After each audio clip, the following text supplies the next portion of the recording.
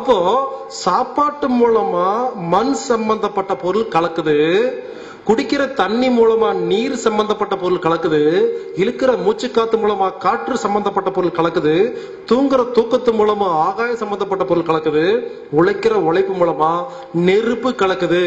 மொத்தம் என்ன கலந்துருச்சு? பஞ்சபூதம்.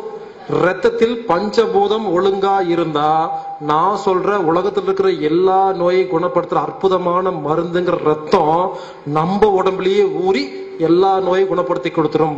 அதுக்கு என்ன பண்ணணும்?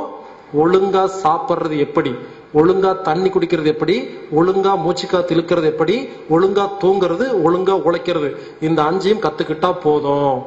என்னங்க சாப்பிட சொல்லி தரீங்களா கேட்டா, சாப்பிட சொல்லி தரல, ஒழுங்கா சாப்பிட சொல்லித்தர. ரெண்டுக்கு வித்தியாசம் இருக்கு. இந்த 5ஐயும் சரி பண்ணா போதும்.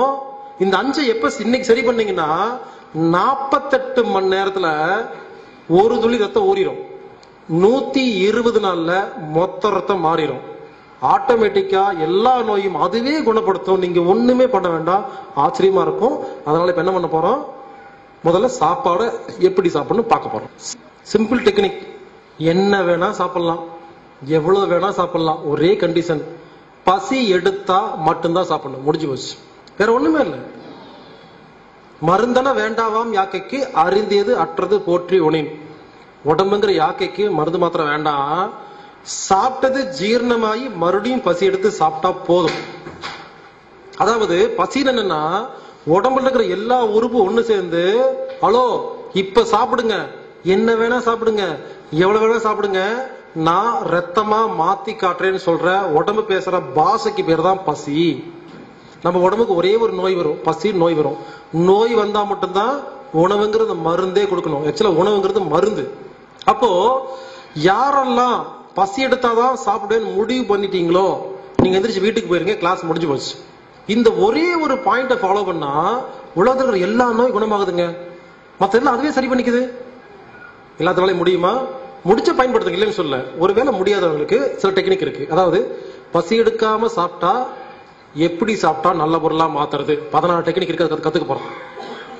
அப்போ இந்த 16 டெக்னிக்கும் கத்துக்கிட்டு பசியும் எடுத்து சாப்பிட்டா எப்படி இருக்கு யோசிச்சு பாருங்க. ஆக மொத்தம் நம்ம கிளாஸ்ல ஃபர்ஸ்ட் மெயின் பாயிண்ட் பசி எடுத்தா மட்டும்தான் சாப்பிடணுங்கிறது தான் ரொம்ப ரொம்ப முக்கியமான பாயிண்ட். பசி எடுத்து சாப்பிடுறதா முக்கியம். முதல் பாயிண்ட், சாப்பிடுற சாப்பாட்டுல எச்சில் கலந்து சாப்பிட்டா அந்த உணவு ரத்தமா மாறும்.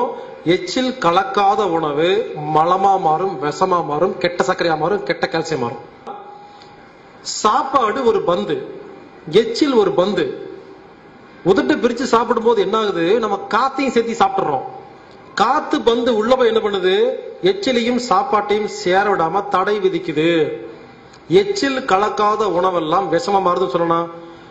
வாயில் நடக்கும் ஜீரணத்துக்கு காற்று எதிரி. அவ்வளவுதான்.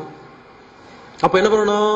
எப்ப சாப்பிட்டாலும் வாயில சாப்பாடு போட்டு உதட்ட மூடி மெல்லணும். அமெரிக்கா, இங்கிலாந்து, இத்தாலி, ரஷ்யா போன்ற நாடுகள்ல சர்க்கரை நோய் ரொம்ப ரொம்ப கம்மி. தெரியுங்களா? கேள்விப்பட்டிருக்கீங்களா?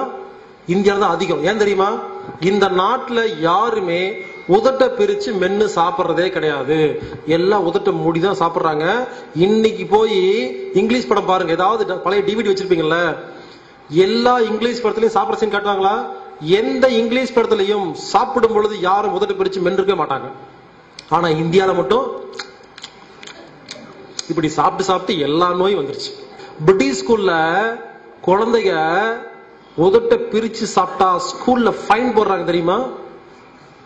பாத்தீங்களா? அப்போ இத்தனை வருஷமா என்னமெல்லாம் நம்ம பண்ண வச்சிருக்காங்க. சக்கரை நோய்க்கு இனிப்பு சாப்பிடாத சொல்றாங்கல்ல, ஏன் உதட்ட மூடி சாப்பிட்டு சொன்ன என்ன இருப்போம்? அப்ப யாரோ ஏமாத்துறாங்கன்னு புரியல. என்ன நல்ல பழக்கத்தை அங்க மட்டும் சொல்லி கொடுத்துட்டு நாமெல்லாம் என்ன ஏமாத்திட்டு இருக்காங்க. ஸ்கூல்ல ரூல்ஸ் வச்சிருக்காங்க. பிரிட்டிஷ் ஸ்கூல்ல உதட்ட பிரிச்சு சாப்பிட்டா ஃபைன். ஏன்னா நல்லா இருக்கணுமாமா, நாம நாசமா போனோமாமா. ஏன் சொல்லி தர வேண்டியது? நீங்க தயவு செய்து இனிமேல் வடை, போண்டா, பஜ்ஜி யாரு எதை கொடுத்தாலும் உதட்ட மட்டும் மூடி சாப்பிட்டுருங்க. எல்லா நோயும் குணமாகுதுங்க. அடுத்த பாயிண்ட், சாப்பிடும் பொழுது சாப்பாட்டை கவனிச்சு சாப்பிடணும். With awareness. சாப்பிடும் போது கவனம் சோத்துல மட்டும்தான் இருக்கணும். யாரெல்லாம் சாப்பிடும் பொழுது மூளைக்கு குடும்ப பிசினஸ் வேலை கொடுத்தா என்ன தெரியுமா, ஜீரண சுரப்பி சுரக்காது. அதாவது நம்ம மூளை எதை பத்தி யோசிக்குதோ அதுக்கான சுரப்பி தான் உடம்புக்குள்ள சுரக்குமே தவிர ஜீரண சுரப்பி சுரக்காது.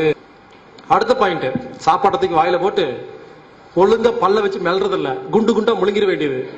யாரெல்லாம் குண்டு குண்டா முழுங்குறீங்களோ வயிறு வாயிருந்தா திட்டும். என்ன தெரியுமா திட்டும், அறிவு இருக்கா, எங்கிட்ட என்ன பல்லா இருக்கு, நான் எப்படி ஜீரணம் பண்ணுறதுன்னு கேட்கும். கேள்விப்பட்டிருக்க வயிற்றுல பல்லு இருக்கா, இல்ல மிக்சி மாதிரி பிளேடு வச்சிருக்கா, கிருக்குன்னு அடிக்குதா, இல்ல கிரைண்டர் மாதிரி கல் வச்சிருக்கா, எப்படிங்க வயிறு ஜீரணம் பண்ணுது? வயிறுங்கிறது ஒரு டப்பா, இதுக்குள்ள ஹைட்ரோகுளோரிக் ஆசிட் இருக்கும். அந்த ஆசிட் தான் ஜீரணம் பண்ணுது. சாப்பிடும்போது குழம்பு, ரசம், மோர், பாயசம், பீடா 5 ஐட்டம் ஜீரணம் பண்றதுக்காக ஆசிட் சுரந்து வச்சிருக்கோம். நாம குழம்பு சாப்பாடு சாப்பிடுறோம்ல, மெல்லாம சாப்பிட்றோம்ல, பல்லு செய்ய வேண்டிய வேலையை வயிறு செய்யணுமா, ஆசிட் பண்ணுமா? உண்மையிலே பார்த்தா நாம சாப்பிடுற முதல் 4 வாய் சாப்பாடு மட்டும்தான் ரத்தமா மாறுது. ஏன்னா 4 வாய் சாப்பாடு குண்டு குண்டா முழுங்கிருவீங்க. இந்த ஆசிடுக்கு அந்த 4 வாய் சாப்பாடு ஜீரணம் பண்றதுக்கே தீந்து போயிடும்.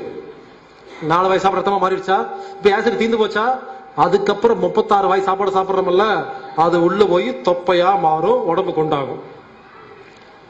ஆசிட் இருக்கும் பொழுது சாப்பிட்டா ஜீரணம், ஆசிட் இல்லாதப்ப சாப்பிட்டா தொப்பை. திங்கிறது கம்மி பண்ணுங்க, உடம்பெல்லாம் வராது. பசி எடுத்தா சாப்பிட்டா போதும். உடம்பு குண்டாகிறதுக்கு வேற காரணமே இல்லைங்க. இது வரைக்கும் யாரும் சொல்லிருக்க மாட்டாங்க. பல்லுக்கு வேலை கொடுக்காத மட்டும்தான் உடம்பு குண்டாகிறதுக்கும் தொப்பைக்கும் காரணம். ஏற்கனவே சாப்பிடுறது என்ன அளவோ அது மாதிரி 4 மடங்கு சாப்பிடுங்க. நான் சொல்ற மாதிரி வெயிட் கம்மி ஆயிட்டு வரும்.